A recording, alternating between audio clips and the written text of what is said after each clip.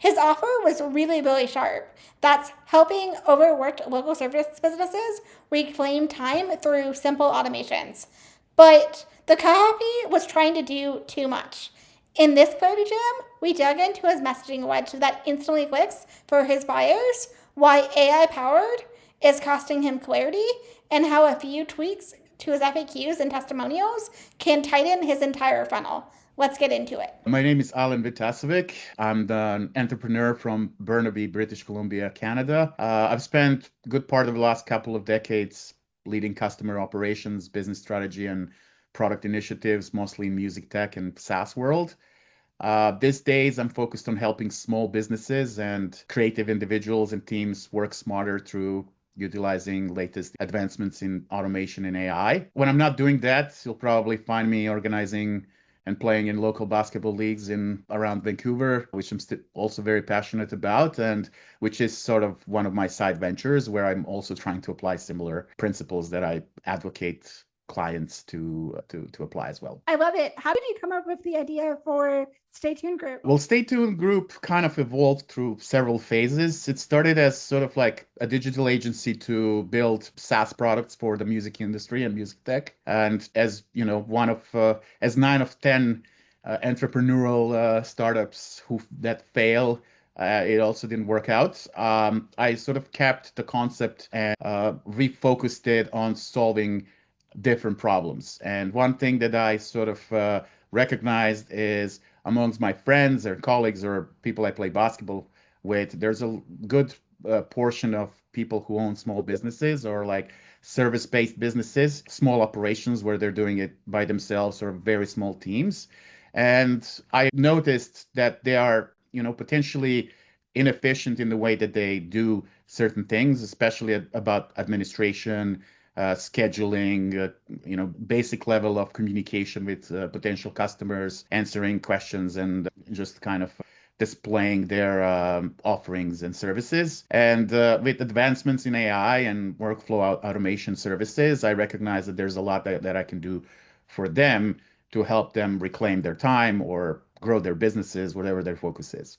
Totally. So are you working predominantly with local small businesses that kind of are in a local area, or or like, is it normally kind of the person who's reaching out is typically the owner or the founder? Can you walk me through a little bit more about kind of what your kind of ideal customer base looks like? Yeah, so I'm currently almost entirely focusing on local businesses and local owners. To be honest, largely from my network, because there's a lot of people that need help, and I'm sort of like building the value and clear, product that they can benefit from. And I'm also focusing on this segment of that I feel is underserviced and that can benefit from these kinds of services of like small businesses and solo entrepreneurs. And in addition to that, my plan is to go wider. There's really no reason for geographical constraints or not applying this concept and some of these values to even larger businesses. But for now, I'm focusing on local mostly.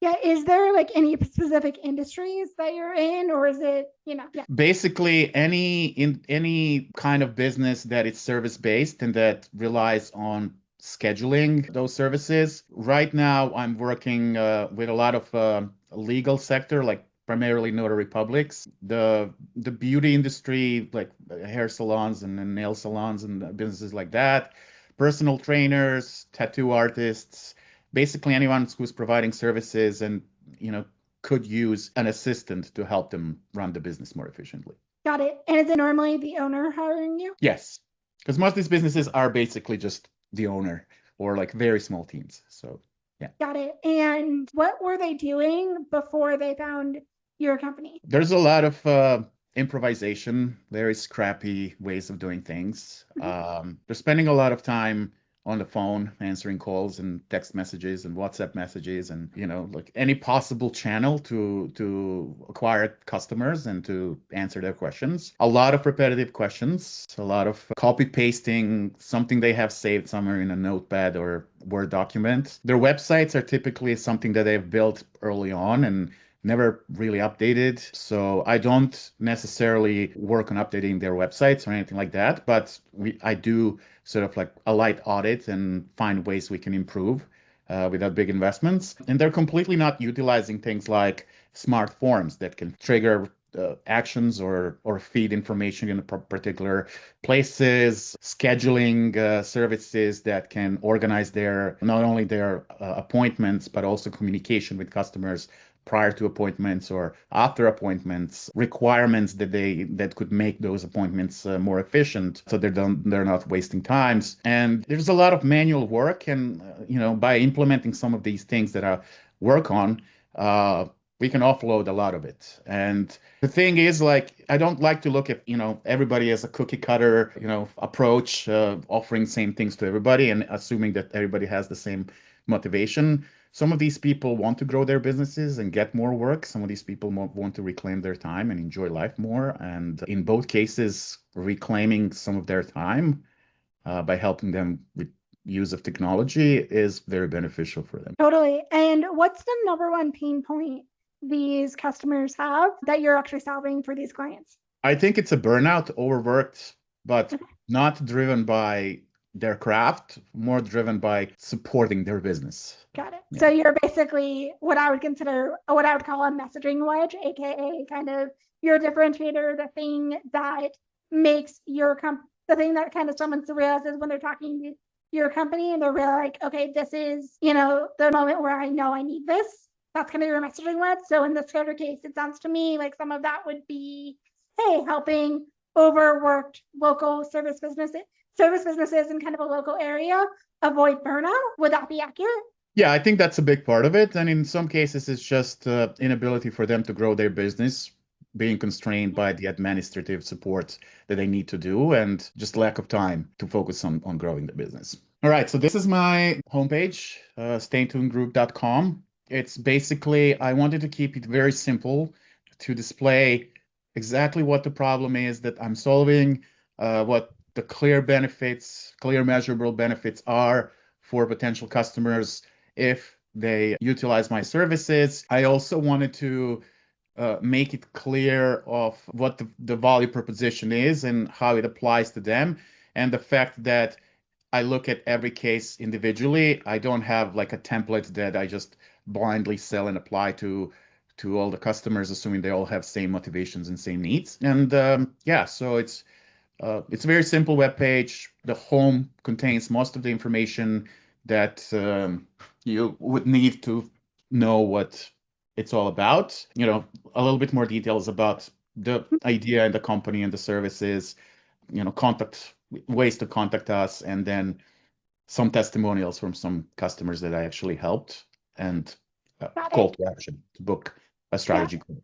I really like how bold and clear your call to action is. It says like book a free strategy call. It's immediately clear that's what you want anyone who's on your homepage to do first. And you have the same exact CTA copy across your hero section and also your navigation menu. Sounds minor, but that makes a really big difference when it comes to eliminating some of that micro friction that can come into play. And then I immediately see your H1, run your business smarter, automate what trains you, focus on what fuels you. That's a lot in there. And if I was looking at that, it's like not immediately clear to me. Is this a CRM? Is this an accounting agency? Is this an ops service? What exactly is it? I now know from talking to you, it's ops, but can you get a little bit clearer into that messaging wedge to really spell out what it is that you do? So it's a little bit less of a mouthful. Mm-hmm. Yeah, I mean, that makes sense. Yeah. My kind of question to you would be is, what would you think about maybe making your H1 be a little bit more into that messaging wedge that we talked about a few minutes earlier, which is, okay, helping stressed out service businesses in a local area avoid burnout and grow better. Something like that. That's a little bit clearer, a little bit more specific, and much more likely to kind of hint into the ops and the automation angle that is your business. I think the whole message of the whole thing is, whether you want to grow your business or you want to improve your, work-life balance, I can help you by automating a big part of your work that you basically don't enjoy doing or don't want to be doing. Yeah. So yeah, I would have to think about how to put that in a shorter form and shorter sentence to fit the place on a page. But that's really great feedback. Thank you for that. For sure. Happy to help. And I'd always even say it's like I feel like the part that's closest to this right now is the part where you say automate what trains you. Again, you probably don't want to lead it totally with that, but kind of leading into that angle of, hey, the overworked tattoo artist or the overworked notary or whoever that might be, because you mentioned that already, and some of the people specify that and kind of think in terms of what is the language that they're using, and then pair that back to them within your H1. And this is the sign of really good conversion copy. Another thing I would just point out is I think your subhead can also do more heavy lifting as well. Now, this is something I've seen across dozens of clarity jams now, as well as just in my copy work with clients, is an overreliance on words like AI powered or AI assisted, which basically tell you nothing on their own. Yeah. Instead of leaning into AI powered, which nobody's going to really, most people are going to expect, explain what that actually means to them. So instead of saying AI powered business automation, just go ahead and say, hey, we use AI to make scheduling, to make sure that you never miss another lead or something like that, so that it's actually really clear what you're doing. Yeah, I do go into that a little bit more into details further down. This was supposed to be like, if anything, not really like an executive summary of sorts, but just almost like an ad kind of thing. Like I see your point. Like it could be a lot clearer, but I did spend some time thinking about this part and trying to strike the balance between not being too specific to drive away a big segment of customers where they maybe it doesn't talk to them, but be specific enough to be clear. So yeah, so definitely some room for improvement there as well. Yeah, that's really interesting. You said you don't want to like drive away people. I almost feel like your copy right now is almost too broad. Like, can you get a little bit more specific? And here's the dirty secret about that. It's like when you niche down a little bit, you're gonna make your conversion rate go way higher, because then at that point you have a chance of being the biggest fish in a smaller pond. So you're just naturally going to be the right use case for everyone in that niche that you choose. But also, like, the people in your network or other people who hear about you inbound, they're still going to convert regardless of whether what your niche is, because they're coming in there for you. And you're also going to lure a lot more people. Right. Yeah, that makes sense. Another thing I would just naturally mention is I know you have the illustration theme, which makes a lot of sense. However, I do wonder if like you're missing an opportunity to like add a little bit about yourself and and if you have a team and stuff like that as well, to just kind of specify in that, because that's actually can be a really big differentiator, especially for a startup or a smaller agency, is leaning into like kind of what makes you different, and kind of showcasing your own personality can go a long way. Yeah, I do have some of that in the about page, not on the main page. The main page is currently fully focusing on, the offering and the benefits. Yeah. Have you thought about adding a little bit more of kind of that personality of like your company? Yeah, that's a very interesting founder personality into this page. Yeah, that's a very interesting thing. I did think about it in the sense of like how much of it I want to put into it. And I do definitely recognize the value of it when it comes to customers being driven to what they can sort of be related to. Like, even applying technology on any level of business, wherever I was in my career in the past couple of decades, I found that human connection is the key often. Like people like to connect and do business with people that they actually connect with, or that they see that they share values, or they trust at the end of the day. So yeah, definitely something to consider as well. Like at some point I kind of like just launched it because I could have continued playing with it and improving it and changing it indefinitely. I come from the music production world, and this is something I learned through my music production career, that at some point you have to just say this song is done, because you could literally go on forever improving it in your head and making changes that at the end of the day, you're not sure if you're just making changes for yourself or if anybody else sees them or hears them. So, that kind of like concept, I found that I apply in everything else that I do. At some point, I just say, okay, this is good enough for now. I can come back and improve it later, or change concepts and stuff like that. But yeah, thank you for this. This is really, really good, and it's really good to hear that from someone, and especially because it kind of tickles things that I already thought about before, but part, definitely something to revisit. Totally. So let's go down to the next section. I really like this section where you're talking about who we help. It's very clear. These are the types of personas, and people can immediately see what that is. Go down to the next section. Now you're kind of talking about how you work. That makes a lot of sense. I would maybe say, like, can you get a little bit more clear and a little bit more specific about what goes into discovery, what goes into the automation, and what goes into optimization? I mean, the discovery call is for me to learn about their business and their basically day to day, to audit what they're currently using from their technology stack to their processes, and to find, for me initially, easiest ways to improve those, like things that 20% of effort will improve things 80%, wins that they can benefit from in days instead of months, right? So basically, it's a lot of learning for me about their business. Personalized automation, like after the discovery call, I spent some time analyzing their digital property and their processes. I gain access to some of their tools and services.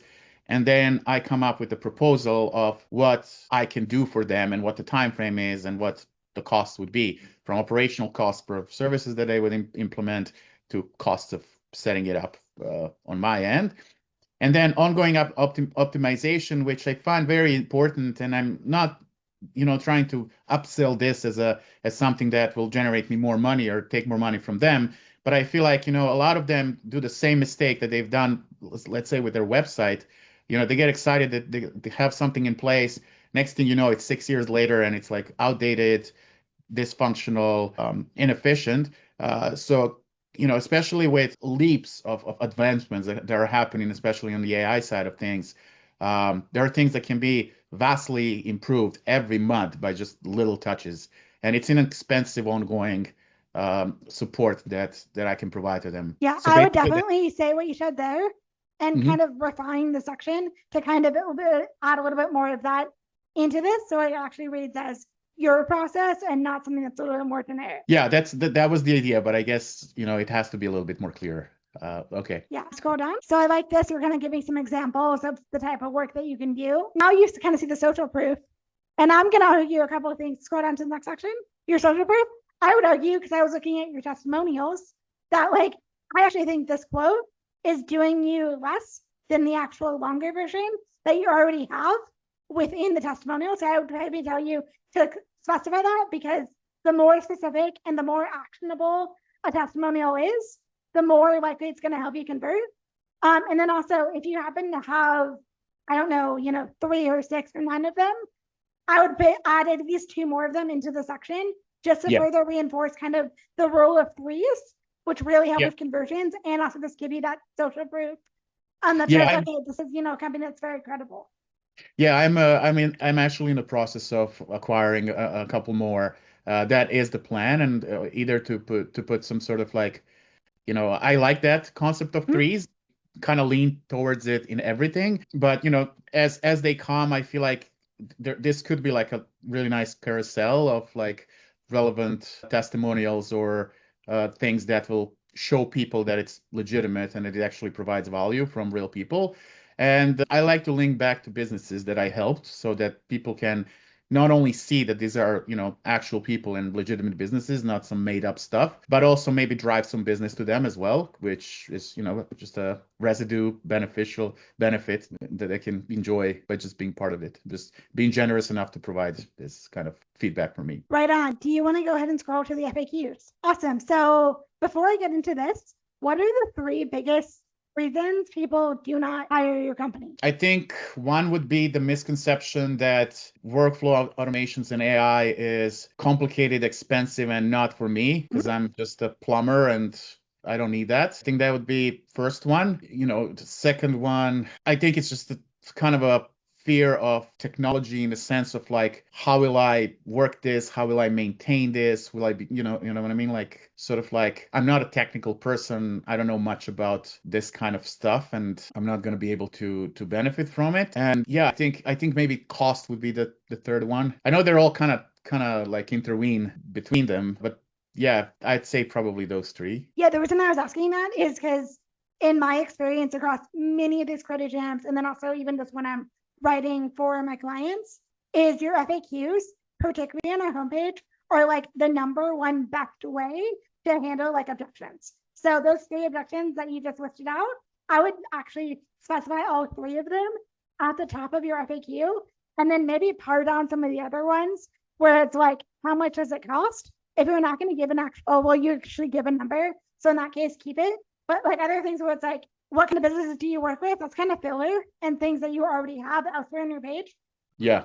Power down this FAQ to be those three objection killers, and then maybe like one or two more about like ongoing support and cost. And that's just like a really easy way to boost conversions on a homepage.